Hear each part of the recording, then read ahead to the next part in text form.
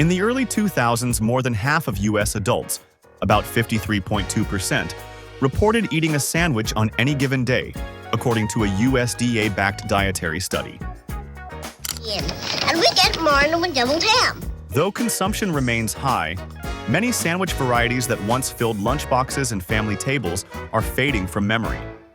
Some were born out of hardship, others in celebration, and many in immigrant kitchens determined to keep traditions alive.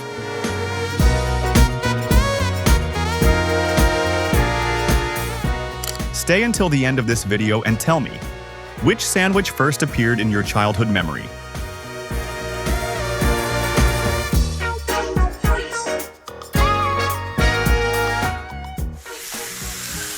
One, fried bologna sandwich.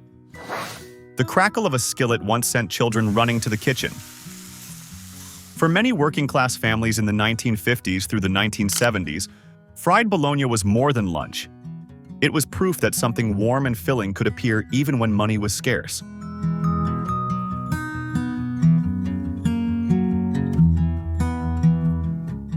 In 1965, a pound of bologna averaged 39 cents and a loaf of bread 21 cents. With the minimum wage at $1.25 an hour, one shift could buy enough to feed a family for days.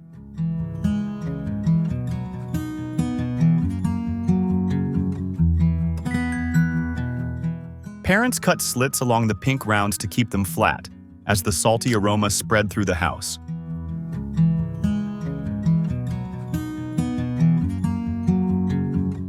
Soft white bread, Wonder or Sunbeam, waited on the counter. A squirt of mustard or mayonnaise, sometimes a slice of melting American cheese, turned it into more than the sum of its parts.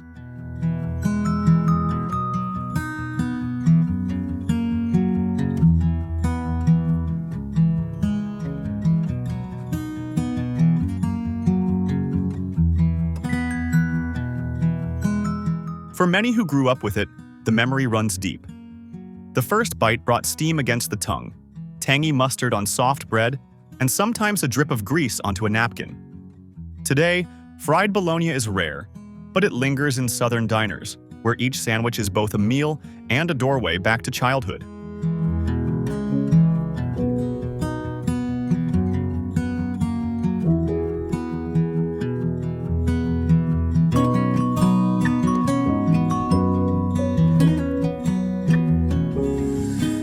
Two, Sloppy Joe. During the Great Depression, when unemployment peaked at 25% in 1933, U.S. Bureau of Labor Statistics, families had to stretch every scrap of food.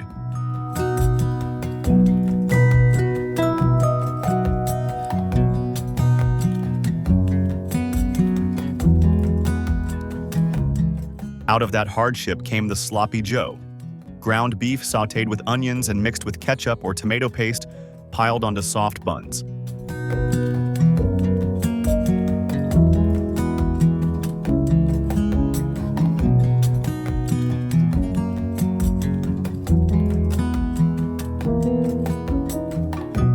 The sound of meat sizzling on the stovetop and sauce bubbling in the pan meant dinner was ready, fast and filling.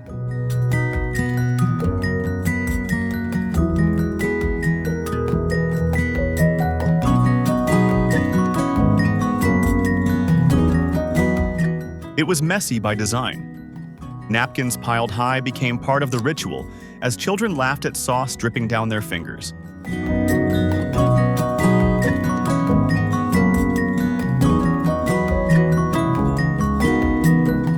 The original wasn't the canned mix sold decades later.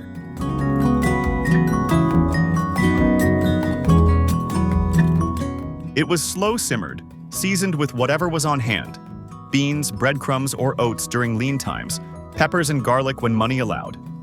More than a sandwich, it was family resilience made edible.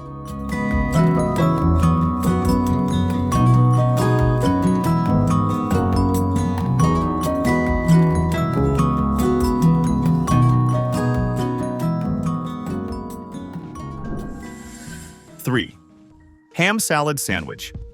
After holiday feasts, ham salad sandwiches carried the story forward. Leftover ham was chopped or ground, then mixed with mayonnaise, pickle relish, and mustard. Spread onto bread, it stretched one feast into several days of lunches, proving that nothing went to waste.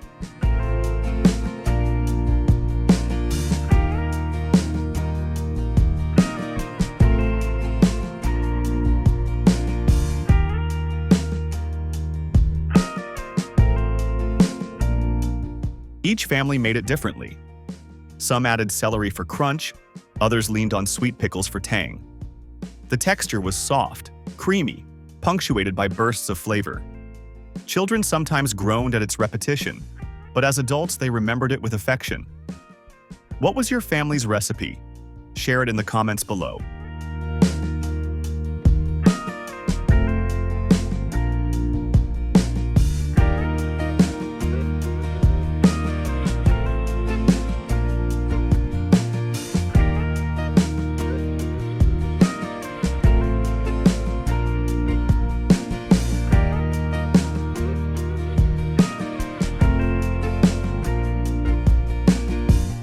Ham salad wasn't extravagant, it was continuity.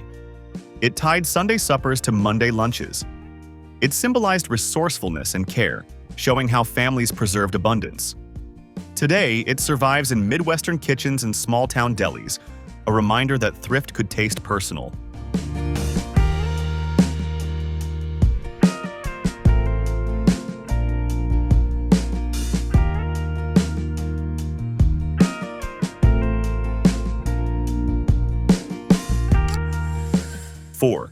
Deviled ham sandwich. Canned meats became survival staples in the early 20th century, when refrigeration was scarce and budgets were tight. Deviled ham, spiced, ground ham, packed into small tins, offered families protein that lasted for months on the shelf.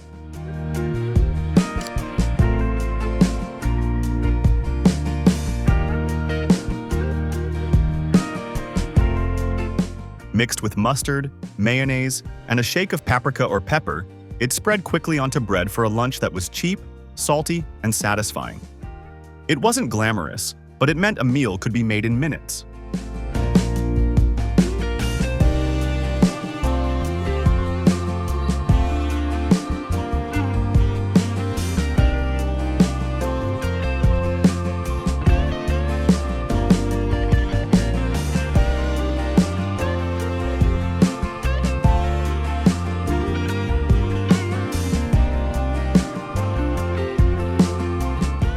For workers, it was fuel. For children, it was a taste they sometimes resisted but never forgot.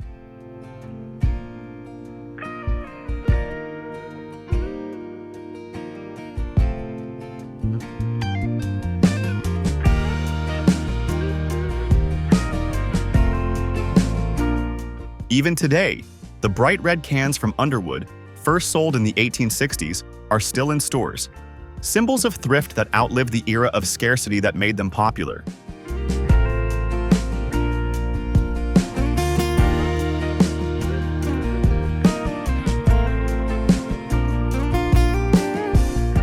Hardship made these sandwiches unforgettable.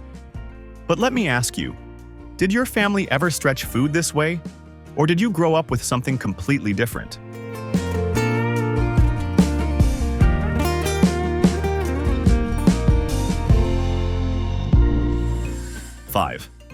Pimento cheese sandwich.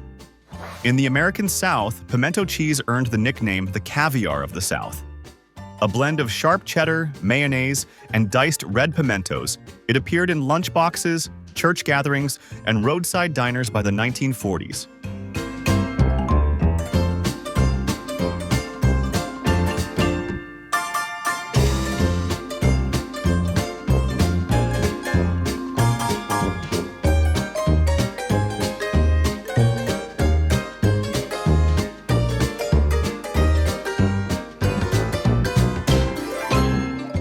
Bright orange against soft white bread, it was creamy, tangy, and slightly sweet, a combination that stood out from ordinary spreads.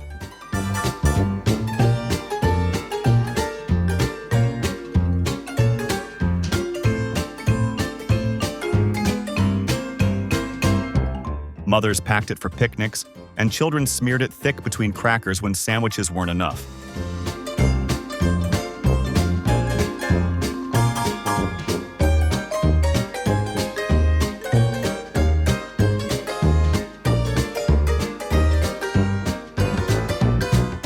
Though simple, it carried a touch of pride. It was homemade, regional, and full of color. To Southerners, it was proof that tradition could taste indulgent, even on a modest budget.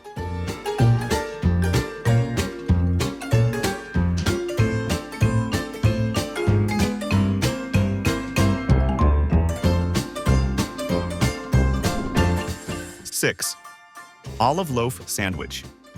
By the 1950s, processed deli meats made up more than 60% of total U.S. lunch meat sales, USDA Economic Research Service. Among them was olive loaf, a curiosity of its time. Pale meat studded with green olives filled with red pimentos. For children in school cafeterias, it was either pride or embarrassment.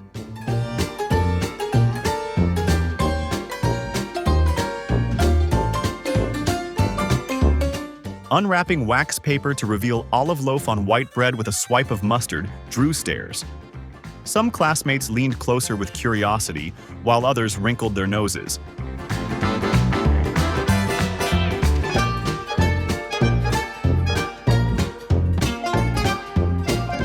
Mothers chose it for its splash of color and variety at low cost.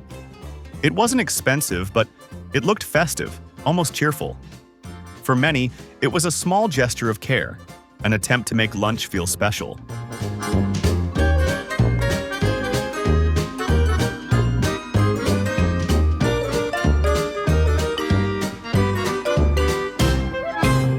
Though it faded as Americans leaned toward fresher meats in the 1980s, olive loaf remains a nostalgic marker of mid-century optimism, proof that even processed food could feel playful.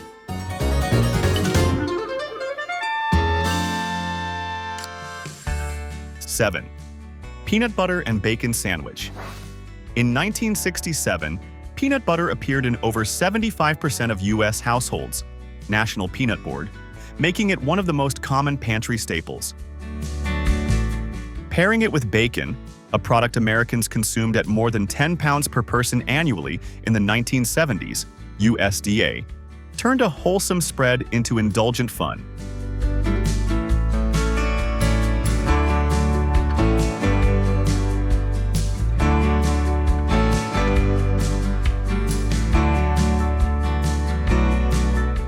The peanut butter and bacon sandwich was not born of necessity but of imagination.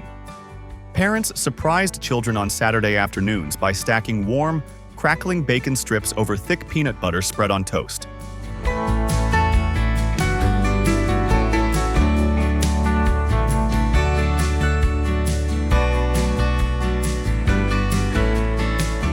The result was rebellion between bread. Nutty sweetness colliding with salty crunch, grease soaking into the slice. It was simple, it was bold, and it felt like breaking the rules of ordinary lunch.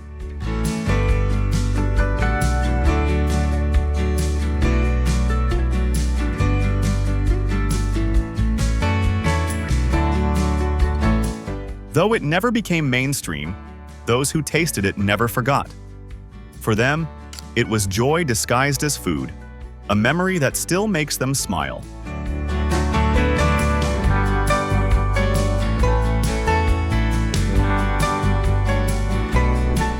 8. Peanut butter and marshmallow fluff, Fluffernutter. By 1968, sales of marshmallow fluff in New England peaked at over 7 million jars annually, Durkee Mower Company data. Combined with peanut butter, it created the Fluffernutter, a sandwich that was sticky, sweet, and utterly adored.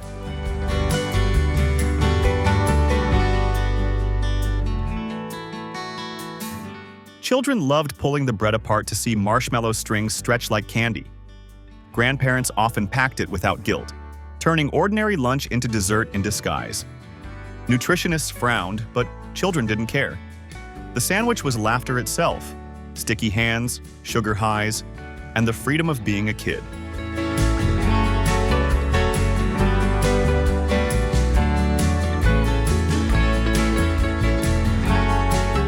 The fluffernutter became a cultural icon in Massachusetts and beyond, celebrated enough to inspire fluff festivals in later decades. Though pushed aside by health trends, it still whispers of childhood afternoons when rules bent and joy reigned.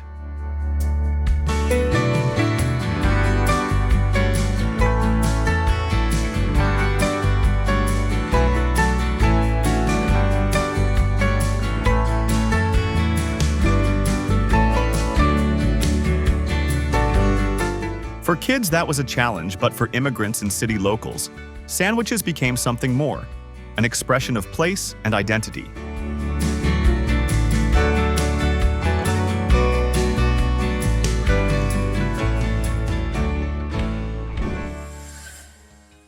Nine, Denver sandwich.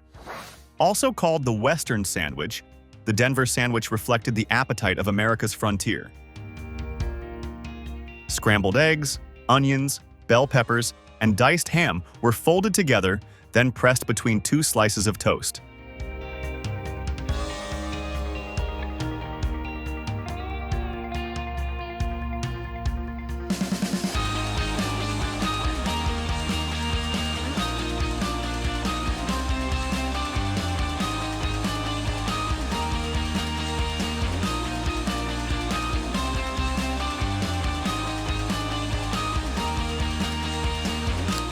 Historians trace it to Chinese cooks working on railroad lines in the 19th century, adapting egg foo young into a handheld form for miners and cowboys on the move.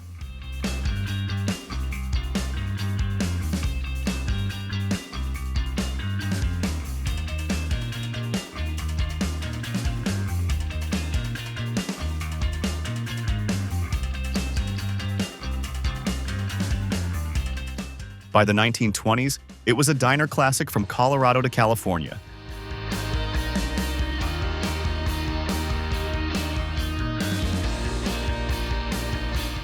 The flavors were hearty, the texture filling, and the sandwich itself a story of adaptation, immigrant techniques blended with frontier practicality. For many Westerners, the Denver wasn't just breakfast, it was the West on bread.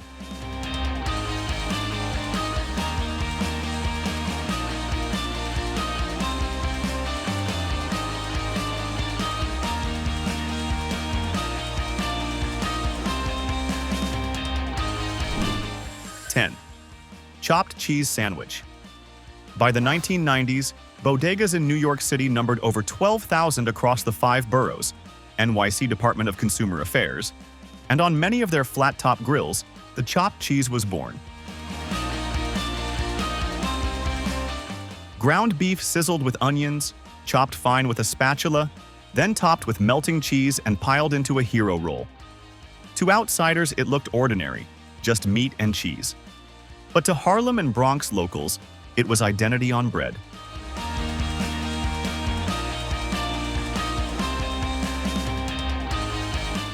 Kids bought it after school, unwrapping steaming rolls on the curb. Workers grabbed it late at night, neon signs buzzing above. Cheap, hot, and filling, it became a ritual of community.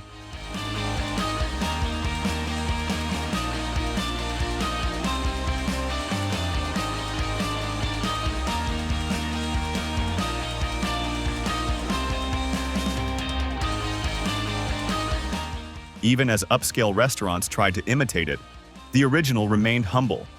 A sandwich wrapped in wax paper, flavored with pride and belonging.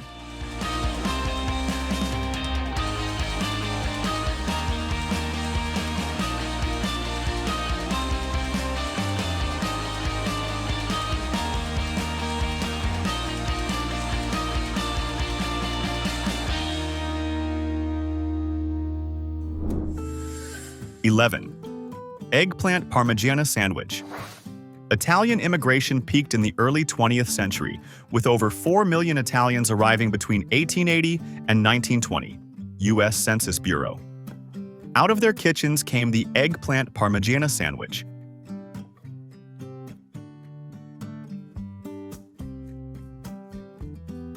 Thick slices of eggplant, breaded and fried, layered with marinara sauce and mozzarella, pressed inside crusty Italian bread.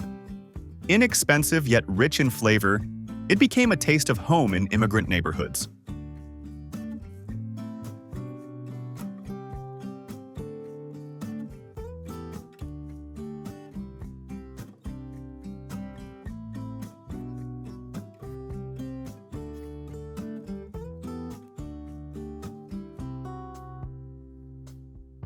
Garlic and tomato scented the air, cheese stretched with every bite, and families shared recipes carried across oceans. The sandwich was more than lunch. It was heritage passed down at kitchen tables.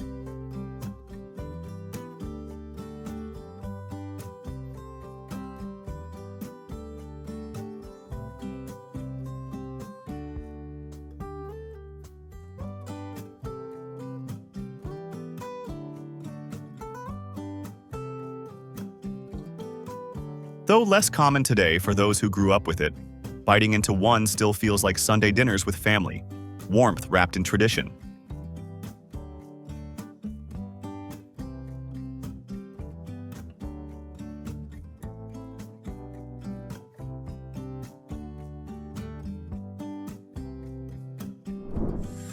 "12. Liverwurst sandwich. By the 1950s, more than 15 million German and Eastern European immigrants and their descendants lived in the U.S., Pew Research Center. One of their lasting food traditions was the Liverwurst sandwich.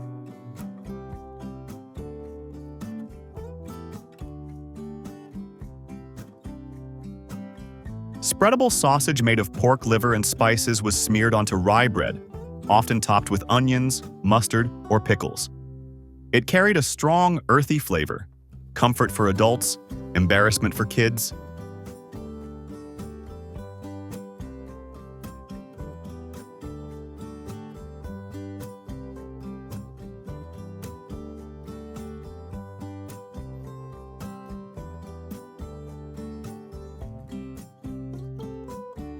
Opening a lunchbox to the smell of liver was a dreaded moment for many children. But for parents and grandparents, it was continuity. It reminded them of meals back home, of thrift and tradition where nothing went to waste.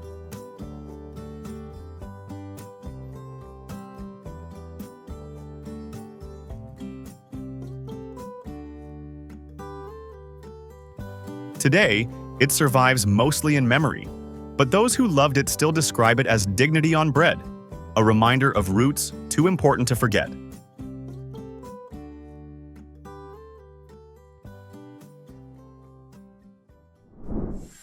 "13. Shrimp po' boy. In 1929, when the Great Depression struck, over 25% of New Orleans workers were unemployed. Louisiana Historical Association. That year, the Martin brothers gave free sandwiches to striking streetcar workers, calling them poor boys.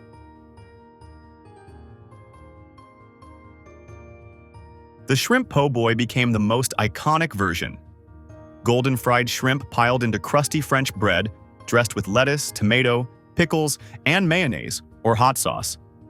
Every bite was briny, crunchy, and soulful.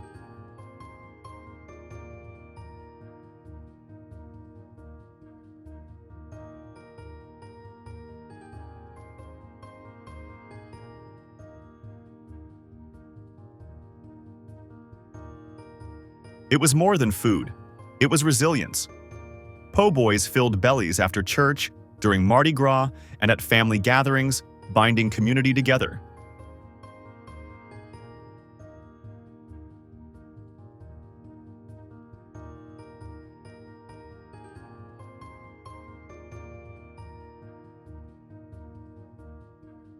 Today, they thrive in Louisiana but remain rare elsewhere. For locals, the po' boy is still the Gulf Coast in sandwich form, tradition wrapped in bread.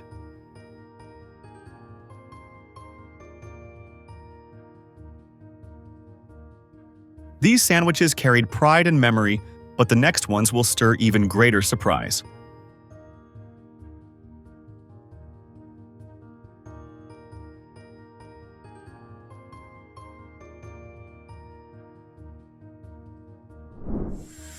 "14. Hot brown sandwich. In 1926, the Brown Hotel in Louisville served more than 1,200 guests nightly in its grand ballroom, Louisville Courier-Journal archives. After hours of jazz and dancing, revelers wanted something rich before heading home. The hotel's chef responded with the hot brown.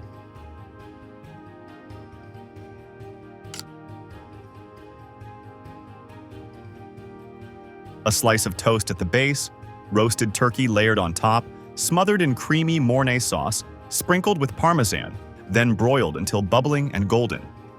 2 strips of bacon crowned the dish like a signature flourish.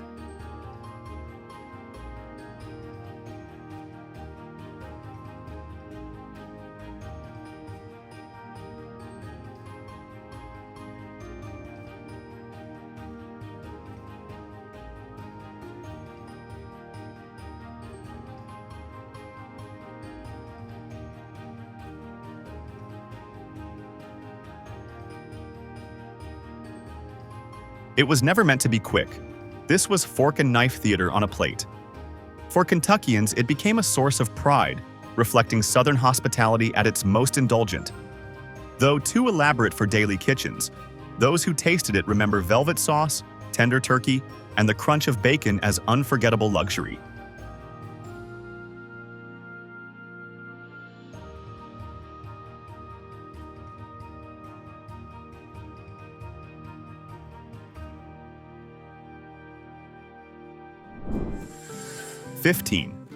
Chicken a la King sandwich. By 1956, chicken consumption in the U.S. surpassed 28 pounds per person annually, USDA, reflecting its rise as an everyday protein. Out of this boom came dishes like chicken a la King, creamy, elegant, and served at family tables. Made with diced chicken, mushrooms, peppers, and a velvety sauce, it was often ladled over toast or rice. Leftovers, however, turned into sandwiches, rich, messy, and deeply satisfying.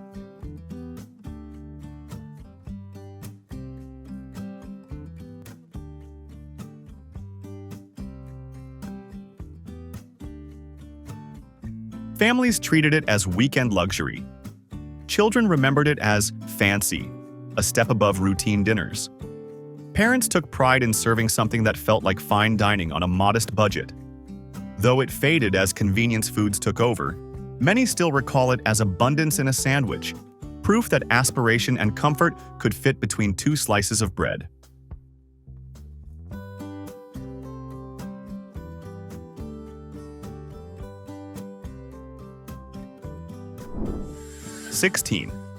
Open-faced roast beef. Sandwich with gravy. By the 1970s, over 40% of American families reported eating beef at least 5 times a week, Gallup Food Survey. Leftovers often reappeared as hearty sandwiches, none more comforting than the open-faced roast beef.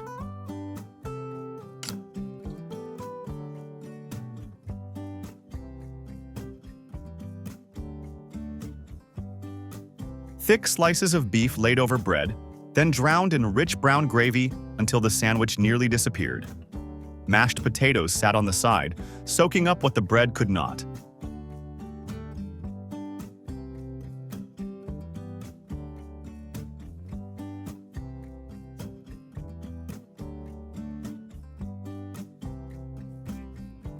It was food for cold nights and long days. Not elegant, but filling and proud. Diners across the Midwest served it steaming, turning leftovers into comfort that lasted another day. For many, it was nourishment for both body and spirit, a reminder that even simple meals could feel abundant.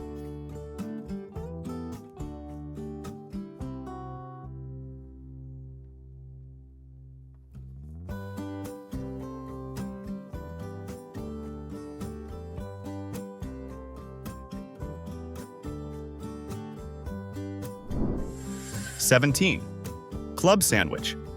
By 1975, more than 120 million meals served on U.S. domestic flights included sandwiches, and the club became an airline staple, U.S. Department of Transportation.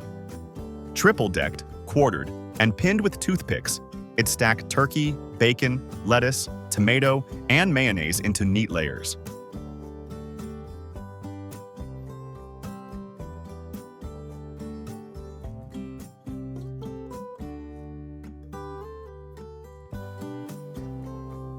Families ordered it in diners when they wanted to treat themselves. Business travelers chose it in hotels or lounges, marveling at its height. For children, it was spectacle on a plate. Sharing triangles with siblings felt like luxury.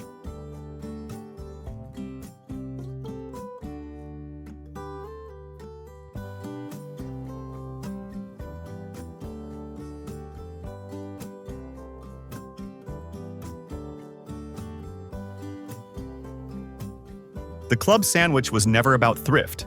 It was about style. Ordinary ingredients stacked tall became something memorable. Today, it survives, but more as nostalgia than necessity. An edible reminder of when even travel meals felt glamorous.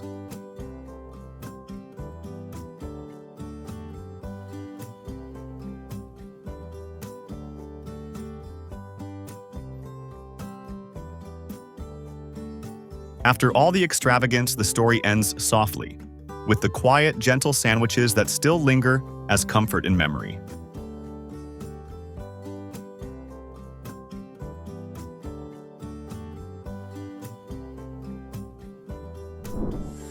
#18. Cucumber tea sandwich.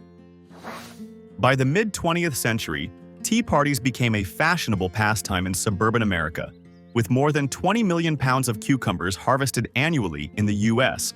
by 1960, USDA. Thin cucumber slices layered on buttered bread, sometimes with dill or cream cheese, turned into the cucumber tea sandwich.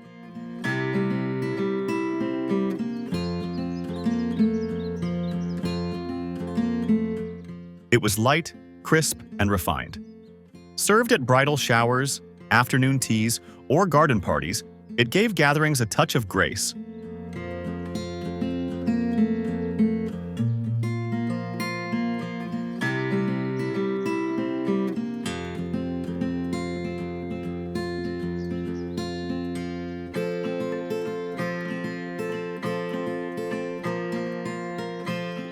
Even in simple backyards, eating one felt proper, almost elevated.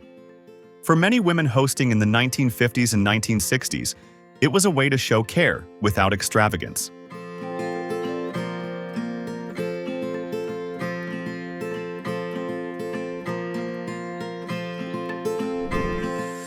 #19.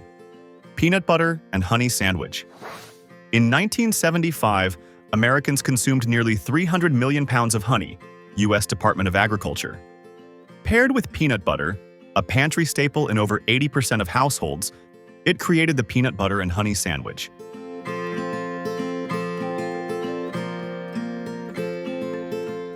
Honey seeped into soft bread, golden and fragrant, clinging to the roof of the mouth as it mixed with peanut butter's nutty richness.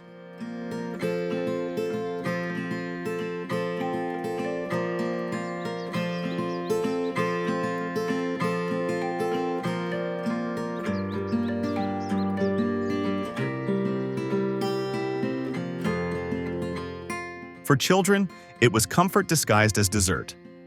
For parents, it was wholesome, natural, and easy to prepare. Sticky fingers and sweet smiles made it memorable.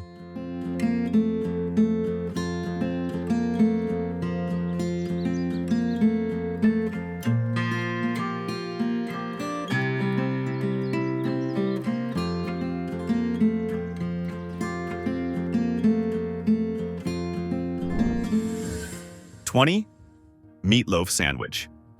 Few foods connected generations like the meatloaf sandwich. Leftover slices, cold or reheated, tucked into bread with ketchup or gravy, became practical lunches that filled lunchboxes and work bags alike.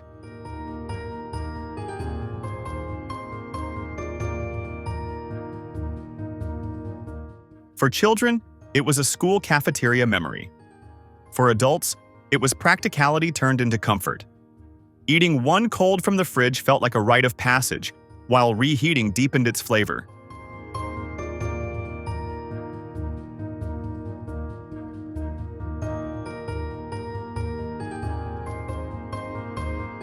The meatloaf sandwich symbolized thrift, rhythm, and continuity. It wasn't glamorous, but it was honest. And for many, it remains nostalgia itself.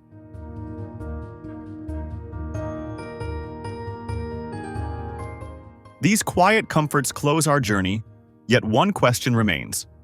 Which forgotten sandwich would you bring back today?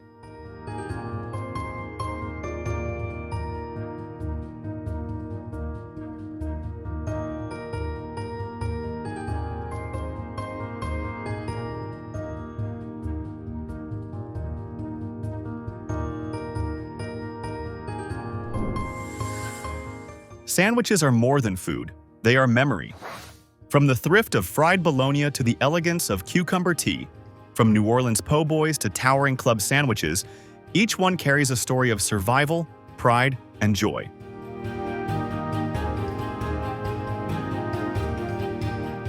Some were born in hard times, others in moments of celebration, but all remind us how food connects generations.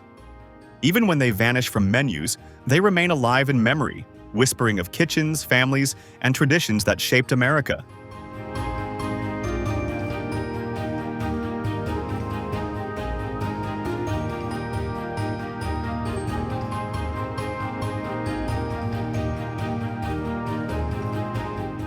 And if you enjoyed this journey through America's lost flavors, don't forget to subscribe to Captain Discovery. More hidden histories of everyday food are waiting, and you won't want to miss them.